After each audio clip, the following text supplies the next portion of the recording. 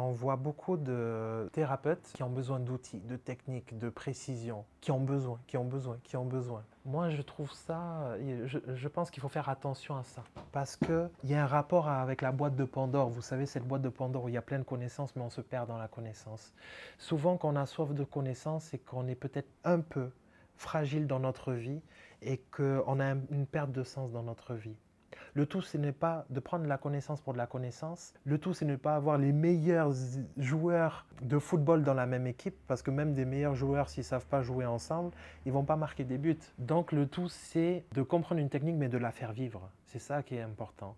Donc j'ai choisi de former dans la MEGC aux personnes qui ont envie de dépasser ce domaine psychologique technique, à vouloir comprendre pour comprendre psychologiquement avec des outils, du copier-coller, mais aux personnes qui ont besoin de sens et qui ont besoin de comprendre les outils avec du sens et les rendre vivants. C'est ça qui m'intéresse dans l'accompagnement pour les thérapeutes qui ont envie d'aller plus loin. Alors je m'adresse à des professionnels de santé, que ce soit des kinés, des ostéopathes, des psychologues ou tout tas de professions, il n'y a pas de problème. Mais je m'adresse aussi aux particuliers qui veulent en savoir plus sur eux-mêmes. Ils sont tous sur le même niveau. On passe tous par un développement personnel pour comprendre le livre et la profondeur avant de rentrer dans une technique. D'abord, la technique, c'est nous. Et c'est ça qui est important pour accompagner l'autre. Comment on va accompagner l'autre par une technique qui fait sens en fait, okay, et qui est vivante. C'est ça l'idée. On a déjà assez de livres, on a déjà assez de connaissances, c'est bon. Maintenant, comment on va faire vivre cette connaissance, comment on va l'entendre et comment on ne va pas se laisser se déconnecter par la connaissance et ouvrir cette boîte de Pandore. Moi, j'ai choisi de me faire former à la MEGC parce que, bien entendu, je suis peut-être le fils du fondateur, mais je suis quand même passé par tout le cursus de formation et eu tous les apprentissages d'année en année. Donc, ce n'est pas facile, c'est endurant, ça en demande beaucoup. J'ai choisi ce parcours parce que je savais que par ce parcours, j'allais pouvoir faire ce que je veux après, en fait. Parce que du moment que tu connais la base, tu peux t'adapter à tout. Maintenant, ce qui peut être difficile, c'est ce travail transgénérationnel. Il est tellement large, léger, ça prend tellement beaucoup d'aspects que par moment, ça peut nous amener à en oublier la réalité. Donc l'objectif derrière un travail transgénérationnel, c'est donc comprendre les codes, mais savoir les jouer dans ce monde-là concrètement. Donc j'ai choisi de me former dans la MEGC parce que ça avait tout son sens pour moi en fait et que j'en avais envie et que c'est passionnant et on n'a jamais fini en fait. Cette méthode, elle m'a transformé par sa philosophie et par son sens et m'a appris à ne pas laisser de nœuds négatifs dans mon histoire et quel que soit le fonctionnement de nos parents, essayer de le transformer en quelque chose de positif, tout simplement. Quand on comprend ça, on sait regarder nos douleurs autrement et on sait regarder notre comportement autrement. Et en l'occurrence, les gens autour de nous.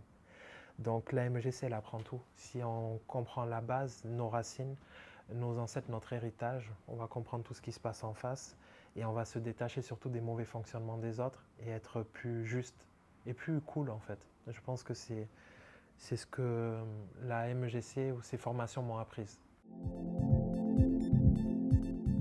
C'est l'honnêteté et la transparence vis-à-vis de soi-même. Ne pas avoir peur de dire ce qu'on est, de parler de nos conflits, de nous parler de nos failles, à qui peut l'entendre, hein, bien entendu, et avancer en toute honnêteté, en comprenant nos limites, ce qui nous permettra de comprendre les limites des autres. L'accompagnant ou le thérapeute, on a tendance à avoir un ego, moi le premier, avoir un ego d'avoir besoin de savoir et d'avoir besoin de comprendre et de maîtriser la connaissance.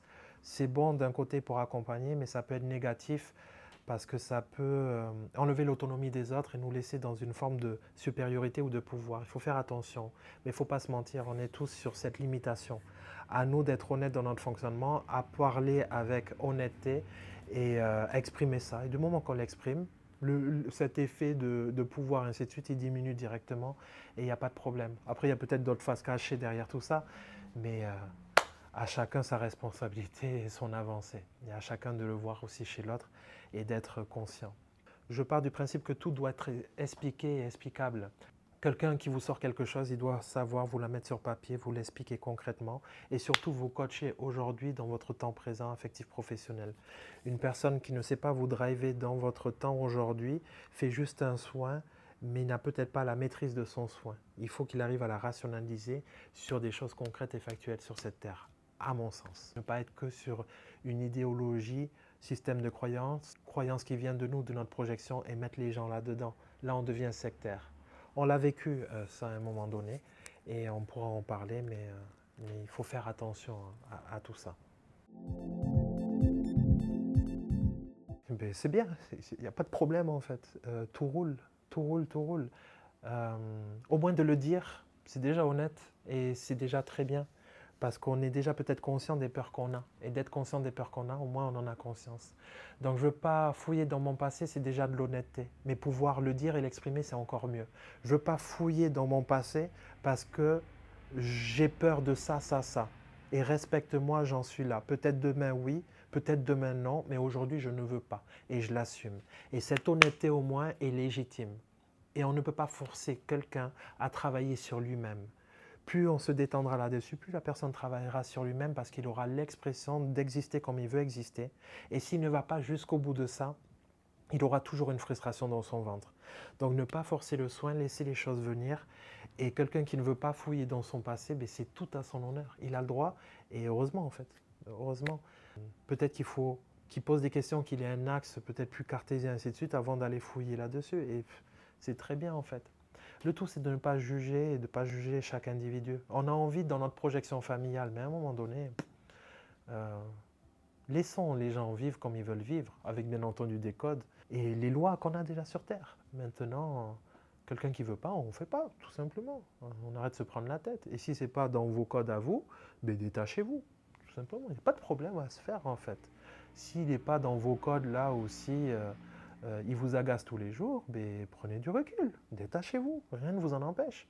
Mais c'est nos peurs qui nous font, nos attachements qui nous font donner des obligations. Il faut ramener les choses un peu à nous, oublier l'extérieur, vouloir sauver, mais essayer d'être centré sur nous. Pas égoïste, centré sur nous, travailler sur nous pour essayer de comprendre l'autre et avancer simplement. Donc je veux pas fouiller, ben fouille pas mec, tout roule en fait, tout va bien. Reste cool, fouille pas et on ne t'embêtera pas. Il ne faut pas mettre cette pression-là, tout simplement. Pour moi, ça change tout. Pour l'autre, je ne sais pas. Mais pour moi, ça change tout.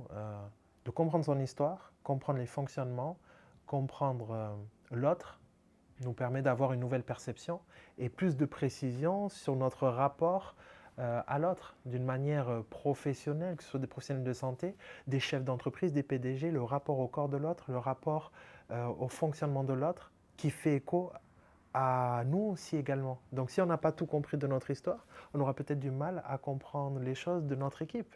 Donc un professionnel, quel que soit le domaine, à mon sens, s'il fait un travail générationnel, qu'il les comprend, qu'il comprend les codes, il comprendra beaucoup de choses dans ce monde-là.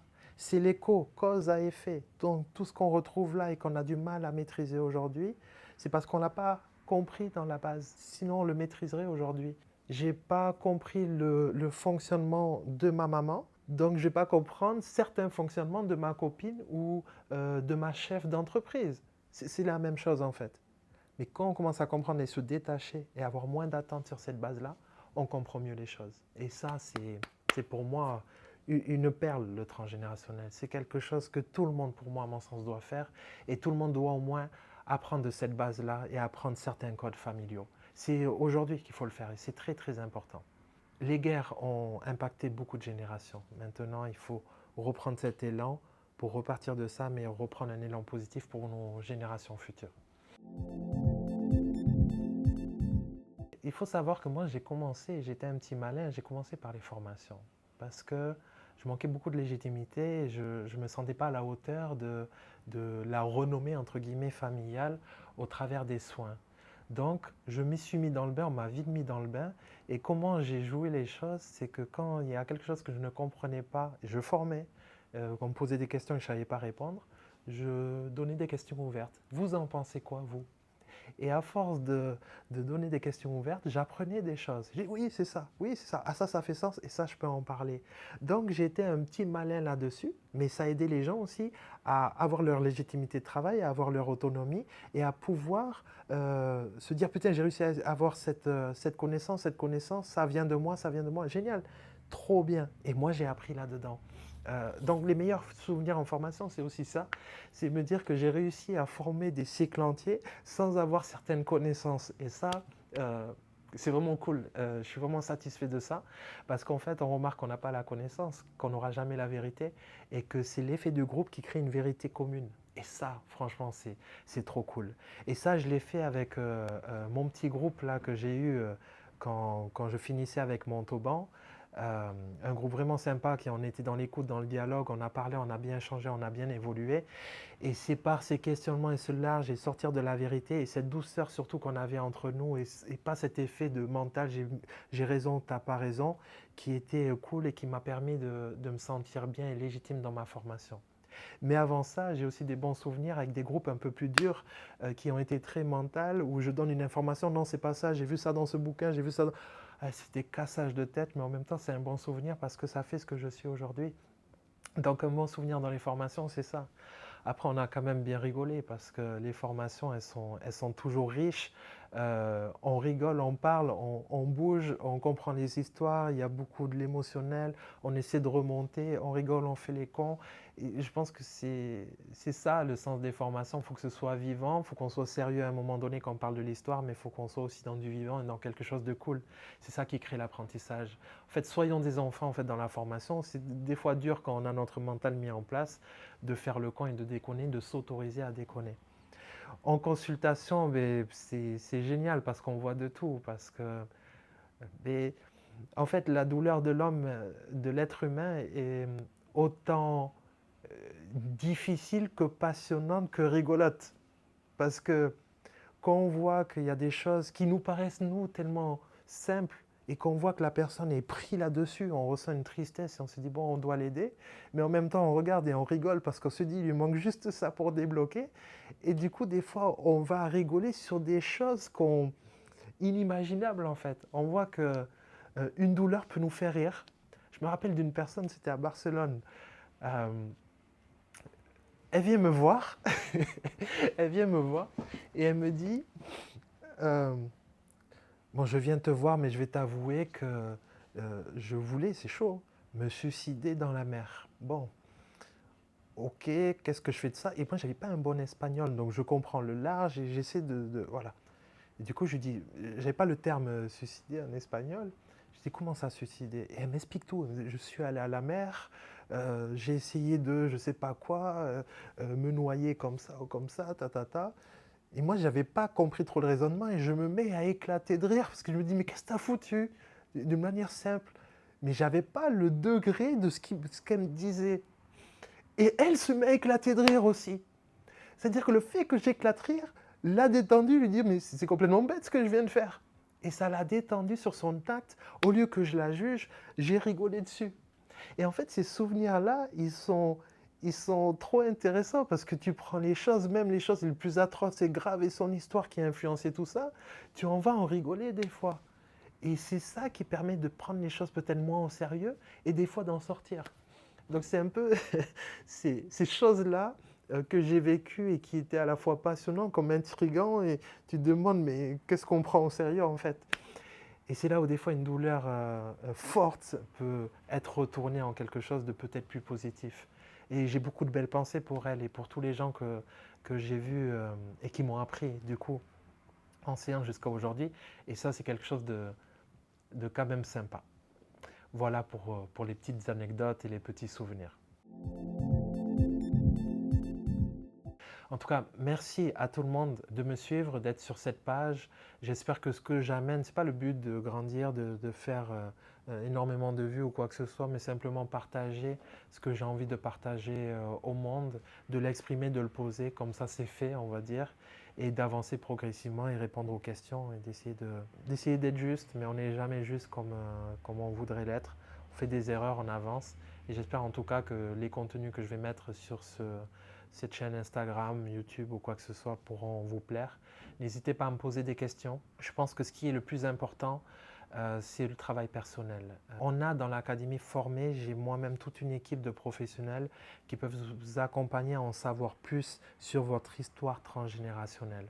On a un parcours de 1 mois, 2 mois, 3 mois pour comprendre certains codes avec des choses très simples et logiques, pour comprendre notre identité et savoir mieux maîtriser et connaître notre véhicule.